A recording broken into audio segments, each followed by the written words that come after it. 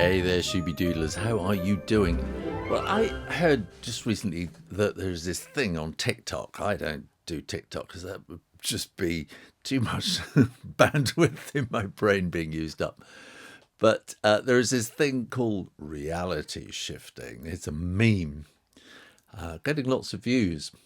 It's all about people who say they can just shift their reality in their brain and sort of go to other places. Well, I hate to break it to them, but that's what authors do all day long. And in fact, I've been doing this all my life. I remember one particular classroom that we had. It was a boys' boarding school. It was an Elizabethan. No, it was Jacobean. So it's sort of 1650, something like that, probably it was built. It was this fantastic country mansion that's turned into a boarding school. Most of us boarders there, I think we were all sort of children of the empire. Our parents were all in the military or the diplomatic service, or they were growing rubber in Borneo or doing something like that. I remember one guy's dad was selling Olivetti typewriters in Nigeria. And I suppose some of the kids there were paying attention. And I have this one particular memory of one classroom which had a big bay window at the back where you could fit about 2 desks. And that's where I sat, right at the back. And I could stare out at the lake across the back football pitch. I would just go there in my mind, and I would be out there, and I knew the lake very well because I was very into pond life and stuff like that, and just being down by the lake. I just liked it there. So in class, I would just stare out the window and be down on the lake rather than doing algebra or whatever we were doing in the class. And then a piece of chalk would come flying past my ear, and whoosh, I'd be back in the real world, which wasn't quite as nice as this sort of altered reality, this reality shift. And so it's probably not surprising I ended up being a children's author writing stories. And when I'm writing, when I'm illustrating and I'm into my characters and drawing them or writing about them, I am not here in this little room. I am away. I am in Viking Norway. I'm in ancient Britain, wherever. I'm a little bunny rabbit living in a rabbit warren somewhere. And it is a total reality shift. And I know sometimes I'll be working away and my wife will come up the path and I sort of half hear some footsteps coming up the path, and then the door will open, and so I'll kind of turn around and I just look at her like, yeah, and almost like, and who are you, kind of look. And I can see this look on her face as she sees this look on my face that I'm just not here. And I remember my kids as well, when they were younger, I'd be in my studio working away, and I remember hearing my daughter saying, "Yeah, he's in the studio, Mum, but he's not there." So, like I was just not there. I was in this other world. This obviously has its benefits. I've sort of lived my life, had a career, reality shifting, but it has its negative sides too. So sometimes, I mean, over the years, I've just had brilliant ideas, fantastic, brilliant ideas.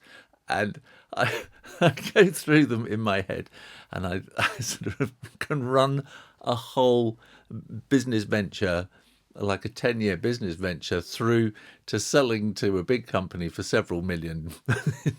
I can do it all in my head in an hour. And at the end of it, what I should do is think, hey, I've got this worked out.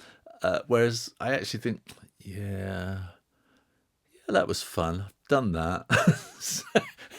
And then 10 years later, I hear somebody has pretty much done that and sold their business for 10 million. So it's a stickability thing. It's bright, shiny object syndrome, I think they possibly call it. So you see something, oh, that's shiny. Let's think about that. And it's a thinking process. And it's a total visualization process, and I can shut off. And I suppose some people would possibly say it's an ADHD thing, but I don't think it is. I think it's just an intense imagination and concentration, and just being able to see it. And I could build a complete team of people, imaginary people in my head. They're going to be the sales, they're going to be design, they're going to whatever, and the software and things. Build up a whole thing, and it's fantastic. And I have so much fun doing it. And I can imagine that I know people who've sort of run businesses successfully and done that kind of thing. And I know it's fun, and I've sort of had my little parts in them at times, doing little designs or something like that, but sort of being just brought into the fold for a little while. And now, it's fun being part of this big team, and, that's sort of going and doing something. But I can do it all in my head, and it's fun, and it's exciting, and it's complete. The thought then of actually starting and doing it is really difficult. So for real world planning, I've had to kind of learn to do that in a real world kind of way, and not go drifting off into fantasies. and actually sit down with a piece of paper and kind of work it out, pros and cons and things like, this is what we're going to do, this is what we are going to do, rather than, oh, wouldn't that be cool? Oh, yeah. So reality shifting, I know that it's a thing. And to me, it is perfectly natural. And over the years, I've come to realize it's not natural or normal for everybody else.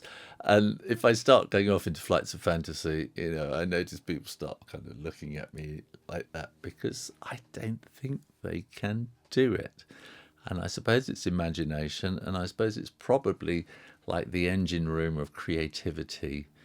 And even though I do these things in my head and think, right, done that, move on, I've sort of gained experience from it. And when I'm writing a story later, I can write a story because I've been there and I've done it, even though it's just in my imagination. It's kind of like a real experience to me, but it's an experience that I can draw on. So if I'm writing about ancient Britain or something like that, I will have had these real visions of living in ancient Britain, and I will have placed myself, say, in a Roman villa, and I will have populated that with people, and I know what their hair styles are like, because I've got up close to statues, and I've kind of gone around the back of statues to see how the hair is held up on the women and that kind of thing, and how the togas are put together, and it's those little details that I've picked out in museums and things like that, and books and whatever, that I can then sort of bring all together into this very realistic vision that I have of living in this place at, AD 43 or something like that.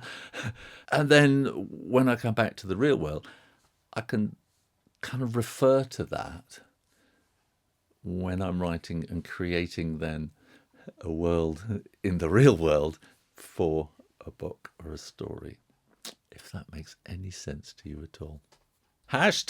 #reality shift. Thanks for watching. I'm not going to do TikTok because my brain would explode. That would just be one platform too many.